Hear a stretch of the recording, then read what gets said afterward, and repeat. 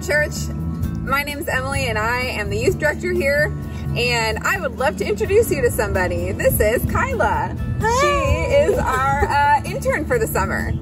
Hey, Emily, what are we doing this summer? Well, me and you, we're thinking of really fun and creative ways to connect with students this summer, and yeah, and we're also doing church at home. What's church at home? Well, it's, you know, these like awesome resources and some really great sermons that you can watch in safety on your computer or television in whatever way is comfortable for you. Perfect. Is there anything that I need to know to get the most out of church at home? Oh yes, that's such a great question. It would be really helpful if you wanted, you could download some resources that we have available right below on our website. And it's also great if you can grab a candle for some like really cool things that we do together with this candle. Hey, yeah, that's church at home. And there's one person I would like you to meet also, my new dog, Copper. How's it going, buddy?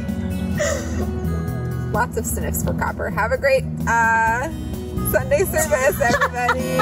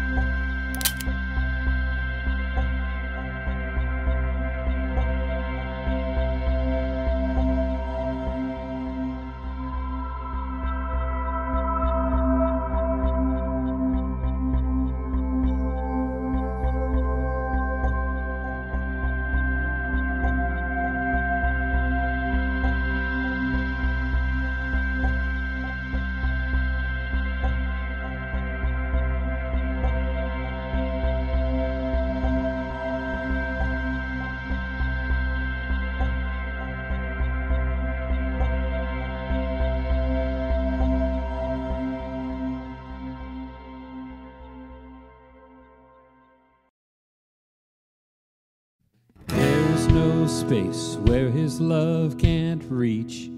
There's no place where we can't find peace. There's no end to amazing grace. Take me in with your arms spread wide. Take me in like an orphan child. Never let go, never leave my side. I am holding on to you. I am holding on to you. In the middle of the storm,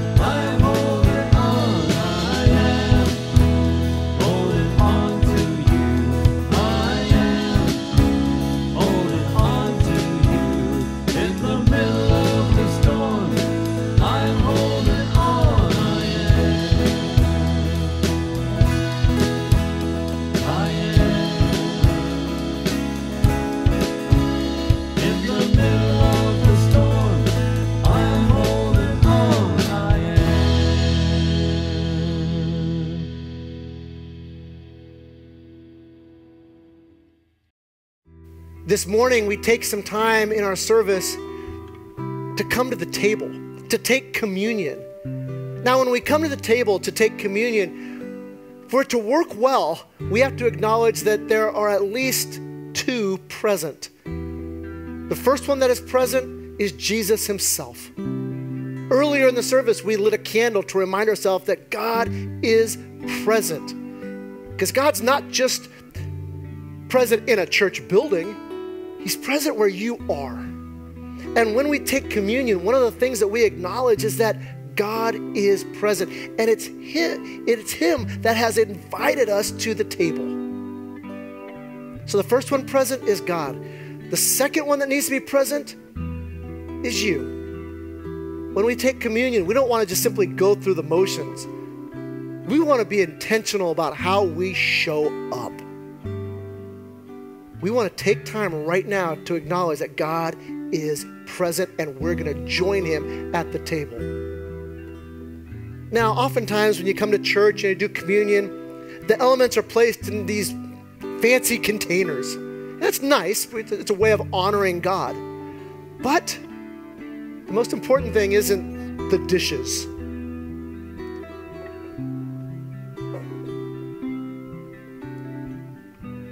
Sometimes it's something as simple as what we delivered to your house yesterday, or the elements that maybe you're choosing to use in your home. Maybe you have a roll and maybe you have a different cup. You might be using wine or grape juice. The physical part of this is not nearly as important as the reality that God is present and has invited us to remember. To remember that his body was broken and his blood was shed. Through his broken body, we are made whole. And through his blood, we are forgiven. So this morning, as we take communion, I'd like you, if you're using this, there's a thin, clear piece on the top. Just take that off, and you have the wafer. And then gently tear back the other piece, and the grape juice is inside. And what we do when we take communion, in order to be intentional, is when we start with the bread, we say these words, first said by Jesus, repeated by the Apostle Paul.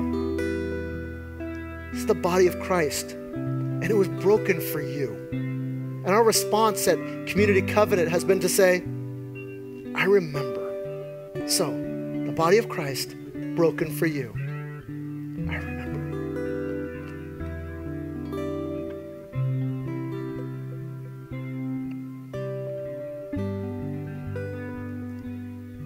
Then after supper, he took the cup and he said, this is the blood of the new covenant. Covenant, another word for promise. This is my promise, Jesus is saying, that nothing will ever need to come between you and the great love my Father has for you, because through my blood, you can be forgiven. And so our language at Community Covenant has been the blood of Christ shed for you, and our response has been, I believe. It is our confession of faith that we believe that through his spilt blood, our sins are forgiven. So, the blood of Christ shed for you. And our response, I believe.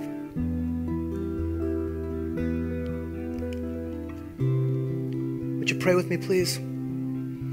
Heavenly Father, we thank you for the gift of this meal taken throughout our community at this moment.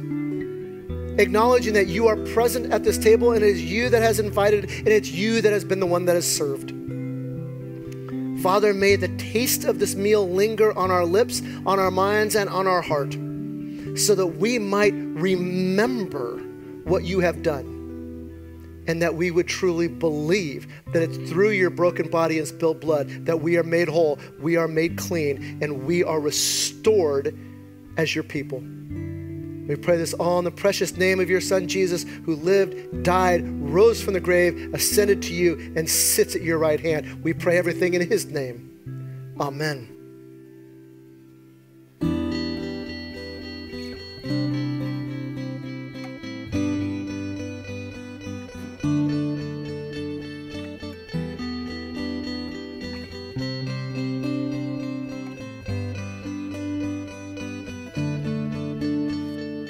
What are you turned into wine. Open the eyes of the blind. There's no one like you. None like you.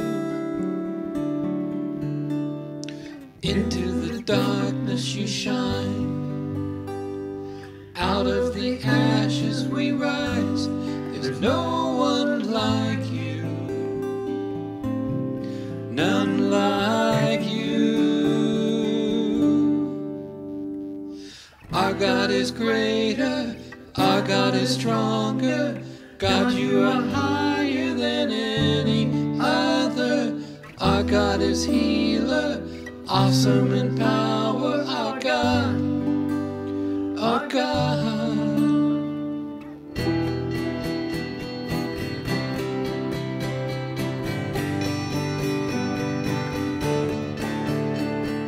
Water you turned into wine. Open the eyes of the blind. There's no one like you. None like you.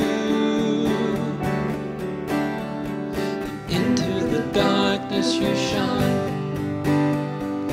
Out of the ashes we rise. There's no one like you. None like you. Our God is greater, our God is stronger. God, you are higher than any other.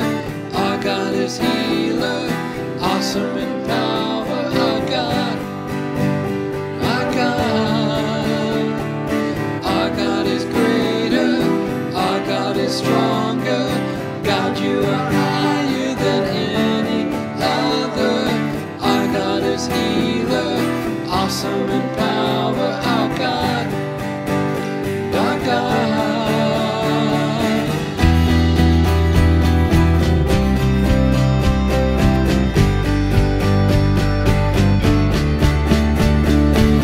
And if our God is for us, then who could ever stop us?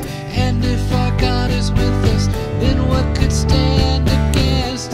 If our God is for us, then who could ever stop us? And if our God is with us, then what could stand against?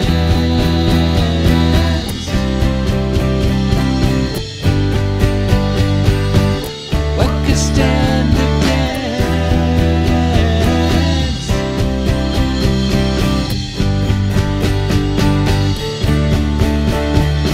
Our God is greater, our God is stronger. God, you are higher than any other. Our God is healer, awesome in power. Our God, our God. And if our God is for us, then who could ever stop us? And if our God is with us, then what could stand against? If our God is for us, then who could ever stop us? And if our God is with us, then what could stand against?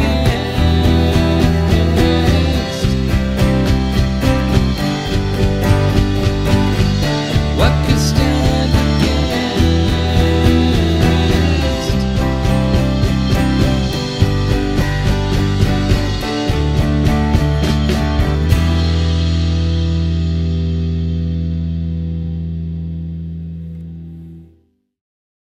Well, this morning we're back into our series that we're calling Character Summer. Each morning looking at a different character in the Bible, hoping to learn something from their life so that our lives are changed. And this morning we're looking at Daniel, specifically the story that we find in Daniel chapter 6. And depending on whatever Bible you're using, there's usually a subtitle. And the subtitle for Daniel chapter 6 will say, Daniel and the lion's den, or Daniel in the den of lions, or God rescues Daniel from the lions. Here's the thing. Subtitles in the Bible are helpful. It helps us kind of find different things in the Bible. But sometimes the subtitles actually distract us from what the story's really about. And Daniel chapter 6, classic example of it. Yes, there are lions, but most of the story isn't about Daniel in a den of lions. So this morning, what we're going to do, I'm just going to read through Daniel chapter 6. So I'm going to grab my Bible, and I'm going to read aloud the entire chapter. I might stop from time to time, but for the most part, I'm just going to read chapter 6. So, hope you're ready. Daniel chapter 6, starting verse 1. It pleased Darius. Okay, I need to stop. Because sometimes when we read the Bible, you come across names or places and you go, I don't really know who that is or where that is. Oh, well, I'll just keep reading. Thing is, if you don't know who the people are, it really takes away from what the passage or the chapter is talking about. So we need to know, who's Darius? Darius was the king of the Persian Empire. Now, at the time of Darius's reign, the kingdom he was over stretched east all the way to India, and to the west, it went north into Turkey, to the edge of Greece, and to the south, it went through all the way towards Libya. It was the largest kingdom in the history of the world up to that point, which makes Darius the most powerful man in the history of the world up to that point. That's who Darius is. So, it pleased Darius, the most powerful man in the world, to appoint 120 satraps to rule throughout the kingdom. I'm sorry, we need to stop again. Satraps? Sometimes when you read the Bible, you come across words that are unfamiliar. More times than not, we go, I don't know what that means. I'll just keep reading. When you come across a word you don't understand, always helpful, stop for a moment, look it up. So what's a satrap? Chances are you haven't used it in a sentence in the past week or life. A satrap, a provincial governor. So what Darius has done is he has taken his giant kingdom and divided it into at least 120 regions with somebody on top of each region. So the organizational structure that we have, Darius and 120 people. Let's see what happens next. We're all the way to verse 2 now. This might take a while. With 3 administrators over them, one of whom was Daniel. The satraps were made accountable to them so that the king might not suffer loss. Okay, the organizational structure is changing. It was 1, Darius, and 120.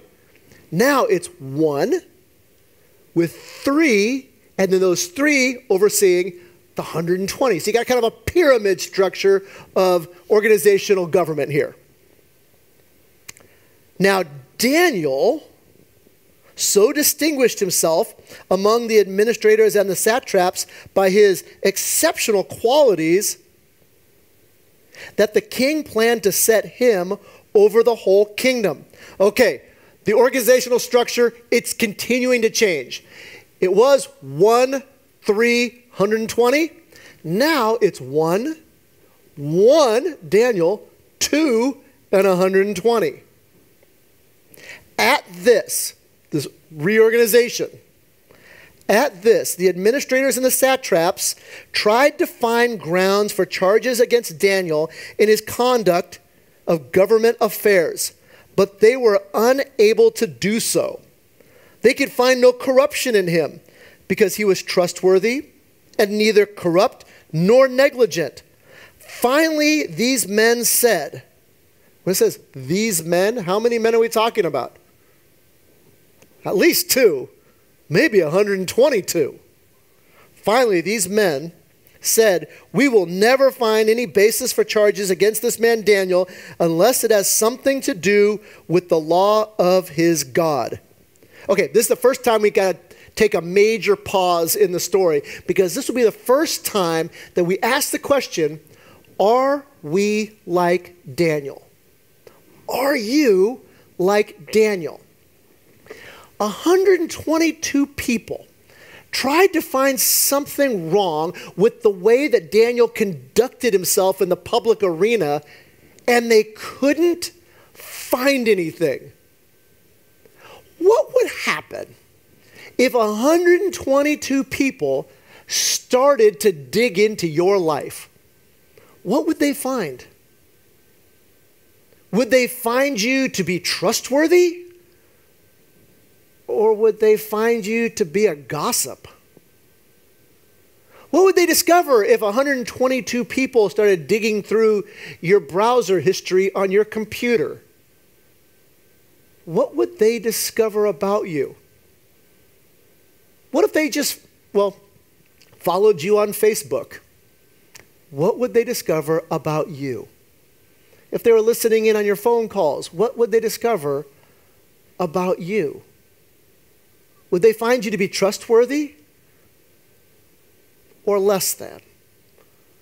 Would they find you to be driven by fear and insecurity, or would they find you to be someone that was incredibly strong?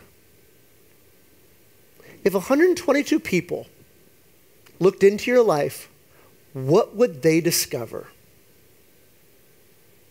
122 people went snooping into Daniel's life. They couldn't find him to be filled with flaw.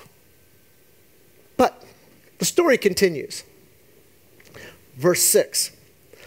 So these administrators and satraps, how many?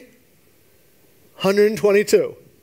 So these administrators and satraps went as a group to the king and said, "May King Darius live forever." I'm assuming it's a royal greeting, or it's a great example of sucking up. May King Darius live forever. The royal administrators, prefects, satraps, advisors, and governors have all agreed. Suddenly there's more people involved in this. Have all agreed that the king should issue an edict and enforce the decree, laws. That the king should issue an edict and enforce the decree that anyone who prays to any god or human during the next 30 days, except to you, your majesty, shall be thrown into the lion's den. Now, your majesty, issue the decree and put it in writing so that it cannot be altered or changed, in accordance with the law of the Medes and the Persians, which cannot be repealed. So King Darius put the decree in writing. Darius likes this idea. Wait a second. People are going to treat me like a god? He puts the law into motion. Now, pick it up in verse 10. Now, when Daniel learned that the decree had been published, he went home to his upstairs room where the windows opened toward Jerusalem. 3 times a day, he got down on his knees and prayed, giving thanks to his God, just as he had done before. These men went as a group and found Daniel praying and asking God for help. Second time, we need to stop, ask the question, are we like Daniel? Daniel took prayer seriously. 3 times a day, he prayed. You see, I got to figure that one of 2 things has to be true in this story. One, Daniel was so into praying that he didn't hear 122 people sneak up on him, or he heard them coming. He expected them to come. He knew they were coming. He knew the law had been put into action because of his praying. But nothing was going to stop him from praying. I got to believe it's the second option. Now, I'm not going to doubt that maybe he's so into praying that he doesn't hear things around him. He knew they were coming, but nothing was going to stop him from praying. Are we like Daniel? Are we that committed to praying? Now, I hear people say, well, we're not allowed to pray anymore in this society. And I say, yes, you are. There is nothing that is stopping you from praying. Well, you can't pray in school. Yes, you can. Legally, you can. And as one cartoon once put it, if teachers continue to give tests, there will be prayer in schools. Nobody is stopping you from praying. I wonder how our lives would look different if we spent as much time praying as we do sometimes complaining about the fact that we can't pray. Daniel took prayer seriously. How about us? Now, what do we know about Daniel's praying? Well, we know a couple of things. One, he prayed 3 times a day. What would it take for you to pray 3 times a day? Now, I'm not saying, when I say pray 3 times a day, I'm not saying, hey, just throw a quick arrow heavenward. Nothing wrong with that. I think it's part of what Paul describes as praying continually. But when you stop 3 times to intentionally carve out time and space and just pray, uninterrupted prayer, 3 times a day, what would happen in our lives if that happened? What if you just did it before a meal, after a meal? You do that 3 times a day. And then maybe follow Daniel's example, not just about how often he prays, but how he prays. Because in chapter 6, we get this wonderful picture of what his praying looked like. He says he got down on his knees. What if for your 3 times a day that you choose to pray this next week, there's your challenge, this next week, 3 times a day for 7 straight days, get down on your knees. If you're physically unable to do that, a suggestion would be this: take your hands and just put them over like this. It's a physical representation of us kneeling, bowing, humbling ourselves before God. To get on our knees to pray is an act of going, wait a second, you are Lord and I am your servant, and I am bowing before you, acknowledging that you are God and I am not. You are the master, I am the servant. So when you pray 3 times a day, try doing it on your knees, even if it's uncomfortable. But if you're physically unable, just do your hands. Second thing we know about his praying is that it was marked by thanks. They went up, found him, praying as he's done before, giving thanks to his God. So, 2 things here. 1, let your praying be filled with thanks. Here's a challenge for you during your 3 times a day. Attempt to do an alphabet thanksgiving. Get down your knees and let God, I'm thankful for something that starts with A. I'm thankful for something that starts with B. It might be a name. It might be a place. It might be something that sends you in a direction. I was doing this the other day. I got to X. It's a weird one, right? How often can you thank God for xylophones? You know what I mean? But I was sitting there and I go, God, thank you for X-rays. God, thank you that I have the medical coverage that provides things like X-rays. And then I found myself starting to pray for people I know that are having medical procedures right now. 3 times a day, on knees, prayers marked by thanksgiving. And try doing A through Z every time. See what happens to your heart. Now, you might be thinking, what if I'm not feeling so thankful? Well, if there was anyone that had reason not to feel so thankful, Daniel. 1, all of his coworkers are trying to kill him. There's that. Secondly, it says that he prayed towards the window that opened toward Jerusalem, where he was from. Historically speaking, at this time, his friends and family have either been killed or sent into exile, and the fact that Jerusalem was in ruins. His life was turned upside down. You think our life is hard right now? Nothing compared to what Daniel had to go through. And yet, even though things were difficult, he still found reason and opportunity to thank God. And the last little bit says that he was asking for help. So may your prayers 3 times a day down on your knees be filled with, first, thankfulness, and then ask for help. See what happens after 7 days of that and 21 times of prayer. Are we like Daniel? Daniel took prayer seriously. May the same be said about us. But the story continues. We pick it up in verse 12. So they went to the king, they, 122. I just got this picture of them shuffling around in a big group. So they went to the king and spoke to him about his royal decree. Did you not publish a decree that during the next 30 days, anyone who prays to any god or human being except to you, your majesty, would be thrown into the lion's den? The king answered, the decree stands in accordance with the law of the Medes and the Persians, which cannot be repealed. Then they said to the king, Daniel, who is one of the exiles from Judah, a.k.a. he's not even one of us. Daniel is one of the exiles from Judah, pays no attention to you, your majesty, or to the decree you put in writing.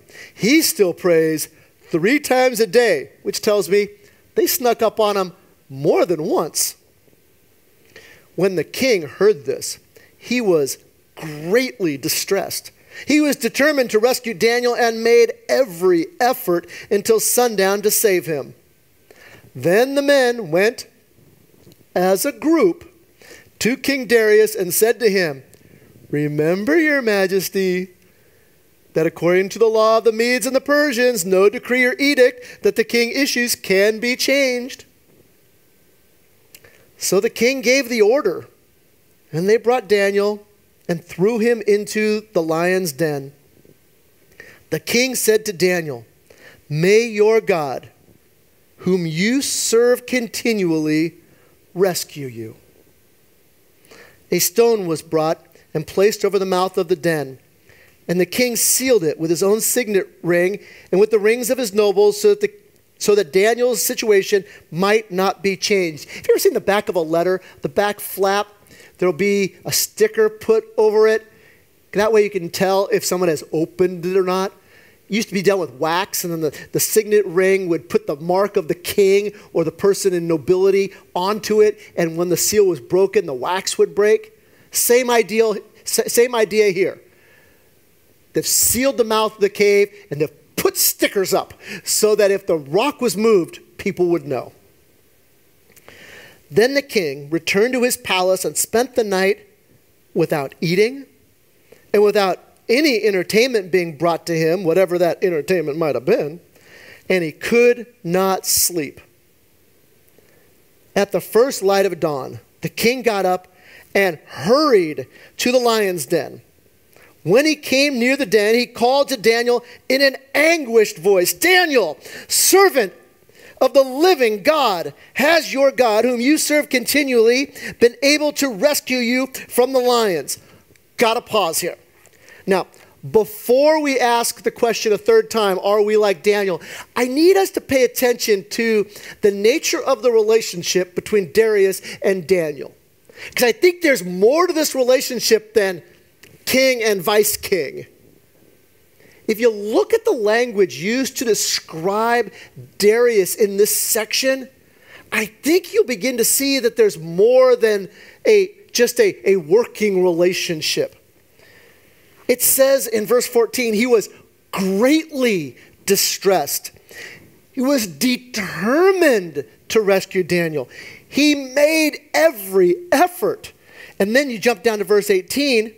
After Daniel is put into the lion's den, he's not hungry. He doesn't want any entertainment brought to him. And he can't sleep. He tosses and turns all night long. And then in the morning, what's it say? It says that he hurried to the lion's den. I got news for you. Kings don't hurry anywhere. They send somebody else to hurry. But now we got a picture of the most powerful man in the world running down the street in his bathrobe to see if Daniel's okay. And when he got there, he called in an anguished voice. It seems to me there's more to this relationship than just king and vice king. It seems like Darius cares. Darius cares about Daniel. Maybe we could even go as far as say there's a bit of a friendship here.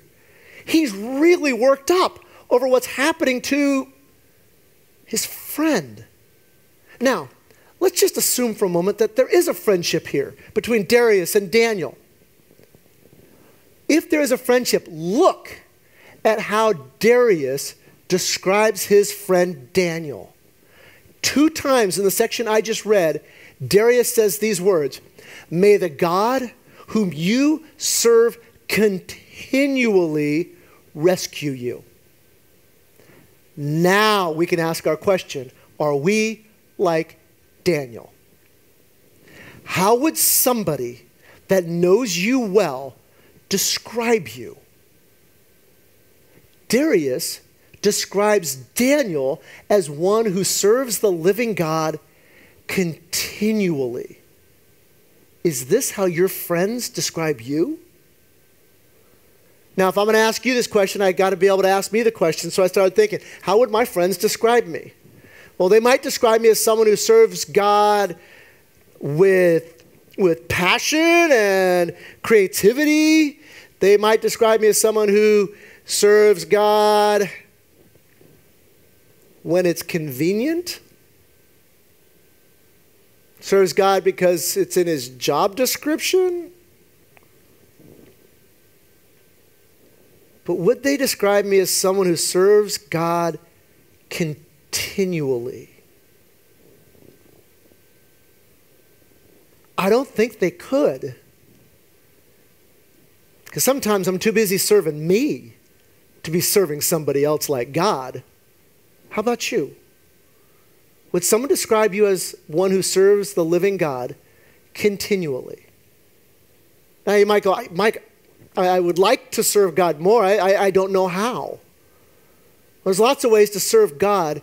In the 25th chapter of Matthew, Jesus is telling a parable, and in the parable he says, "Whatever you do for one of the least of these, you do unto me." How we care for the least of these translates into how we're caring for God. You want to serve God? Serve the marginalized. There are other ways to serve God, absolutely. But that's one of the ways. We serve God by how we use the resources that he gives us.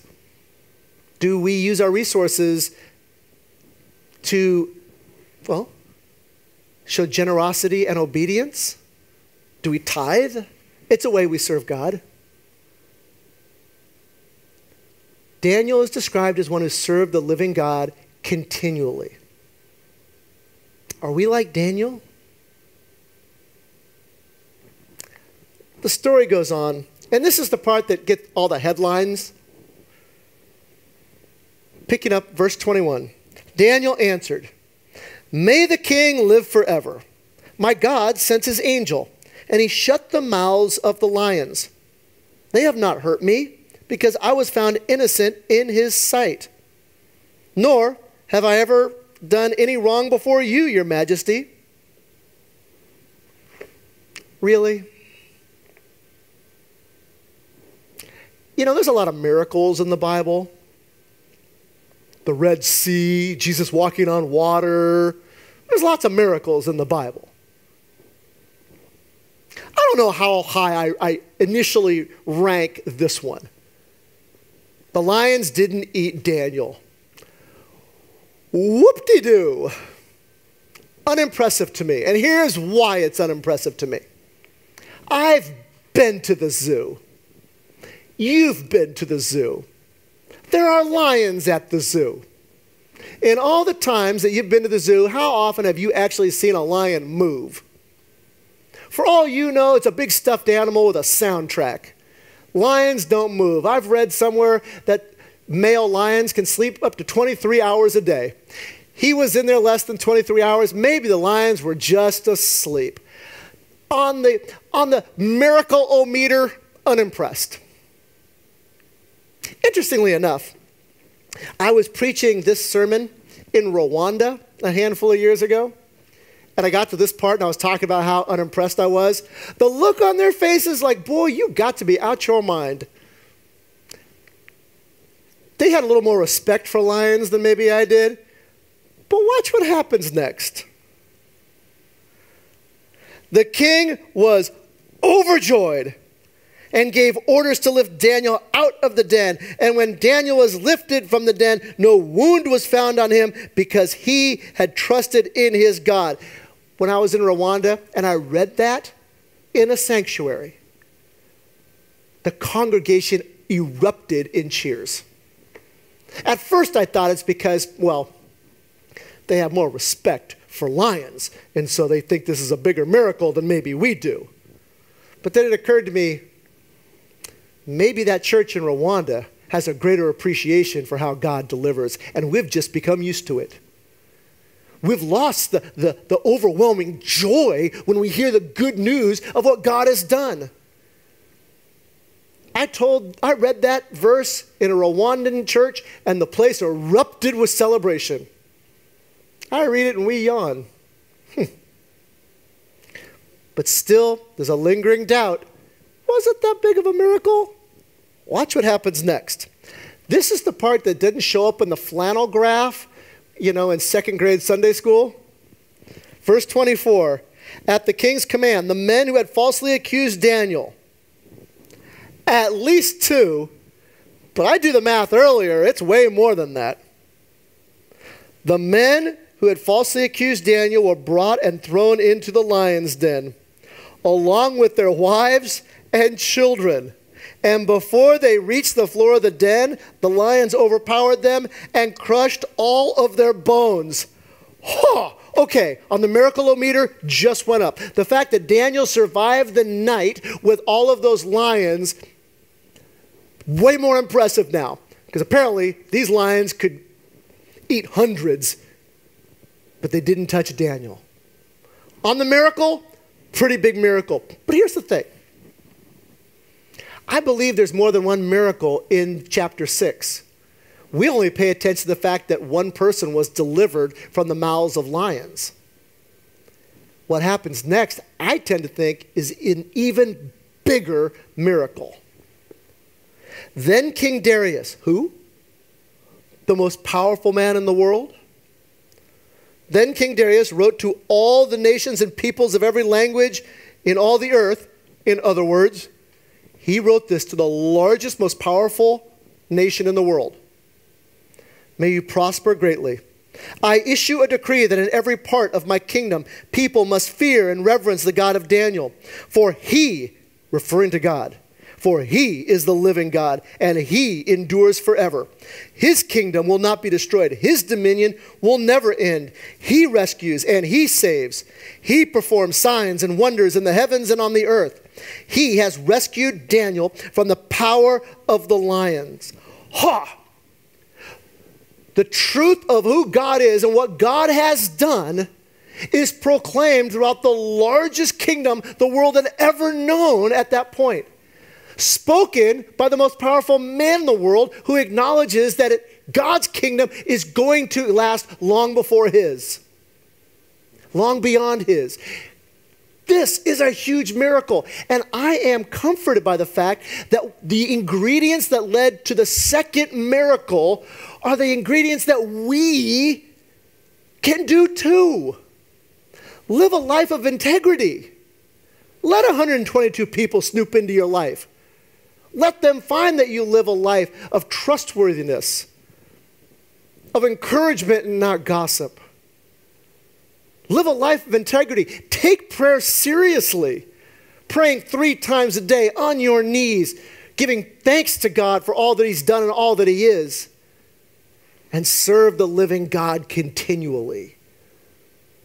When we do those 3 things, the truth of who God is, what God has done, what God continues to do, will be proclaimed in all nations, including our own. We don't have to wait for laws to change. We get to change.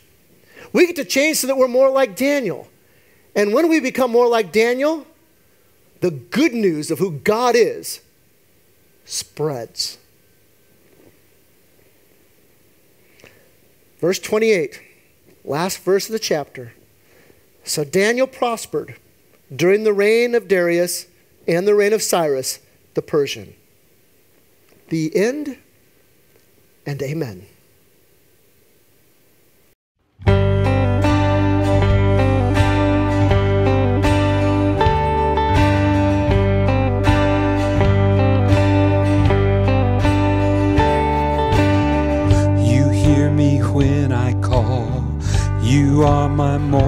song, though darkness fills the night, it cannot hide the light. Whom shall I fear? You crush the enemy underneath my feet. You are my sword and shield, though trouble lingers still. Whom shall I fear? I know who goes before me, I know who stands behind. The God of angel armies is always by my side. The one who reigns forever, he is a friend of mine. The God of angel armies is always by my side.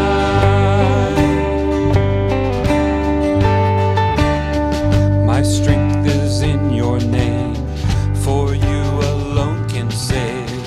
You will deliver me, yours is the victory. Whom shall I fear? Whom shall I fear? I know who goes before me, I know who stands behind. The God of angel armies is always by my side. The one who reigns forever, he is a friend of mine. The God of angel armies is always by my side. And nothing formed against me shall stand. You hold the whole world in your hands. I'm holding on to your promises. You are faithful, you are faithful, and nothing formed against me shall stand. You hold the whole world in your hand. I'm holding on to your promises. You are faithful, you are faithful, you are faithful.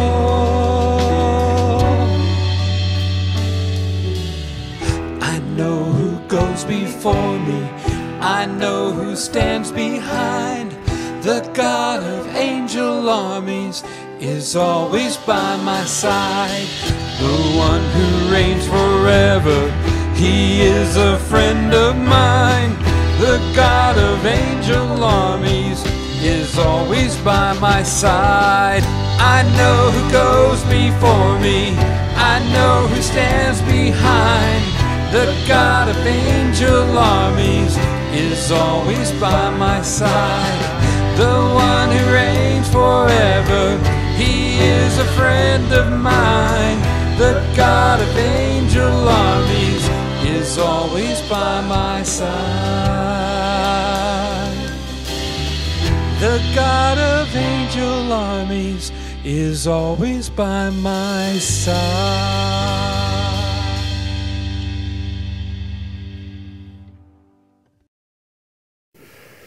We now come to the part of our service where we receive the morning offering. And obviously we can't pass a plate, but there are multiple ways that you can continue to give. There's texting, text 84321, the amount, send. Online giving, you can mail it, bring it by the church office. Whatever works best for you, you have the opportunity to continue to tithe. And the language around tithing at our church, tithing is generosity and obedience. And yes, that was for you, Madison. My daughter actually cracks up every Sunday when we do that part. But if you continue to participate in the giving, it allows us to continue to serve our church and our community during this season. And if you are a visitor watching this, our encouragement to you, give. But give to the church that you call home, especially during this season. Some of you might be wondering, What's happening next week? We heard that churches were shut down again. Yeah, but there was a clause with that. It says unless you're able to do services outside, which we've already started doing. So next week, 2 different options. Church at home, which we continue to do and we're happy to do.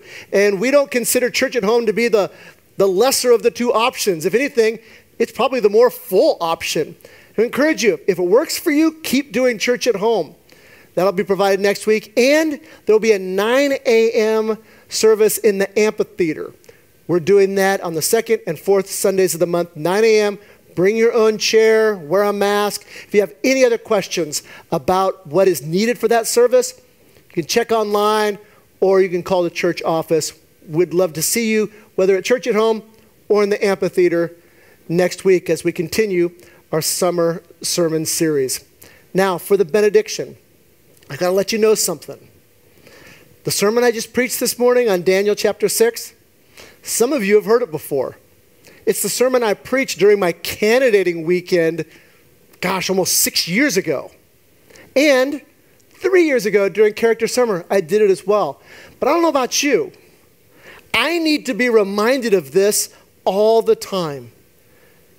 And so for the benediction, let's do this. Please stand. And as you go into this week, may we be more like Daniel. May the Spirit of the living God descend upon you in such a way that you're able to live a life of integrity, a life filled with intentionality when it comes to prayer. And may the Spirit of the living God empower you to serve Him continually. And may the good news of the God we claim to follow be made known in our homes, in our communities, and throughout the world, because we live a little bit more like Daniel.